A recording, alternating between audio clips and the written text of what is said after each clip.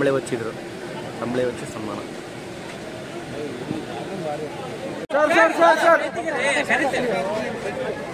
ಮೊದಲು ಇದನ್ನು ತಗೋತಾರಪ್ಪ, ಅಹವಾಲು ಸ್ವೀಕಾರ ಮಾಡ್ತಾರೆ.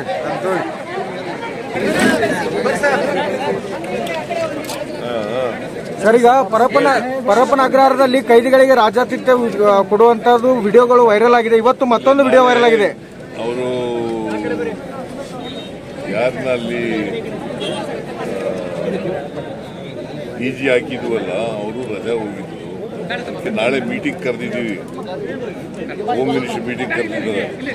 ಯಾರು ತಪ್ಪು ಮಾಡಿದ್ದಾರೆ ಅವ್ರ ಮೇಲೆ ಸೀರಿಯಸ್ ಕ್ರಮ ತಗೋತೀವಿ, ನಂಬರ್ 1. ನಂಬರ್ 2, ಮತ್ತೆ ಇನ್ನು ಮುಂದೆ ಈ ತರ ಆಗ್ಬಾರ್ದಾಗ ನೋಡ್ಕೊತೀವಿ.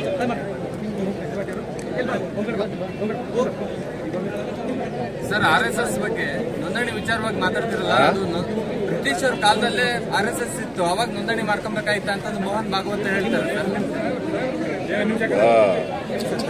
ನಾವು ಹೇಳಿರೋದು RSS ಅಂತ ಹೇಳಿಲ್ಲ, ಎನಿ ಆರ್ಗನೈಸೇಷನ್ ಅವರು ಪರ್ಮಿಷನ್ ತಗೊಂಡು ಮಾಡಬೇಕು ಜಿಲ್ಲಾಧಿಕಾರಿಗಳ ಹತ್ರ ಅಂತ ಹೇಳಿದ್ದೀವಿ.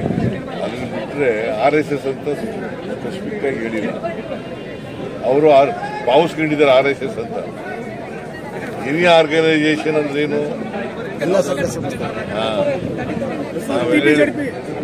ಭಾಗವತ್ ಹೇಳಿದ್ರೆ ನಾವು ಸ್ಥಳೀಯ ಸಂಸ್ಥೆಗಳು TPZP ಚುನಾವಣೆ ಮಾಡ್ತೀರಾ? TPZP ಚುನಾವಣೆ ಮಾಡ್ತೀರಾ? ಯಾವುದು ಮಾಡ್ತೀವಿ. ಯಾವಾಗ ಮಾಡ್ತೀರಾ ಸರ್? ಕೋರ್ಟ್ನಲ್ಲಿ ಇದೆ, ಯಾವಾಗ ಹೇಳ್ತೀರ ಆಗ ಮಾಡ್ತೀವಿ. ಸರ್, ಈಗ ಸಕ್ಕರೆ ಕಾರ್ಖಾನೆ ಮಾಲೀಕರು ನೀವು ಹೇಳಿದಂತೆ 50 ರೂಪಾಯಿ ಕೊಡಕ್ಕೆ ವಿರೋಧ ಮಾಡ್ತಾ ಇದ್ದಾರೆ ಸರ್. ಸಕ್ಕರೆ ಕಾರ್ಖಾನೆ ಮಾಲೀಕರು ಅವ್ರ ಎದುರುಗಡೆನೆ ತೀರ್ಮಾನ ಮಾಡಿರೋದು. ಎಲ್ಲರೂ ಕೊಡ್ತಾರೆ, ಯಾರು ಕೊಡೋದಿಲ್ಲ ಅವರು ಕೂಡ ಕೊಡ್ತಾರೆ ಅಂತ ಅನ್ಕೊಂಡಿದ್ದೀನಿ ನಾನು. ಯತ್ನಾಳ್ ಅವರು ವಿರೋಧ ಮಾಡ್ತಾ ಇದ್ರು. ಕಾರ್ಖಾನೆ ಲಾಸ್ ಇದೆ ಅಂತ ಯತ್ನಾಳ್ ಅವರು ಹೇಳ್ತಾ ಇದ್ರು. ಯತ್ನಾಳು ಇದ್ದಿದ್ರೆ ಅವ್ರ ಮೇಲೆ ಕ್ರಮ ತಗೋತೀವಿ.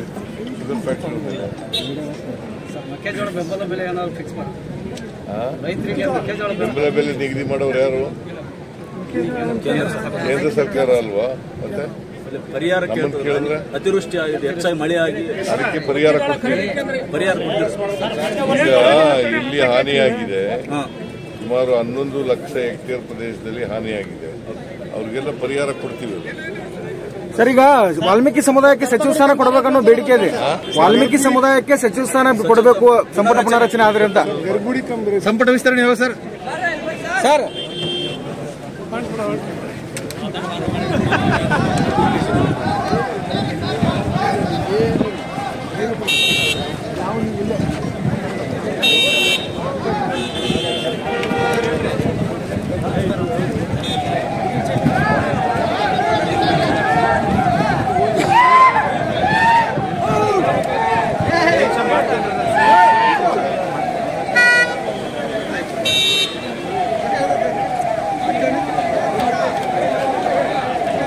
ಮುಖ್ಯಮಂತ್ರಿ ಸಿದ್ದರಾಮಯ್ಯ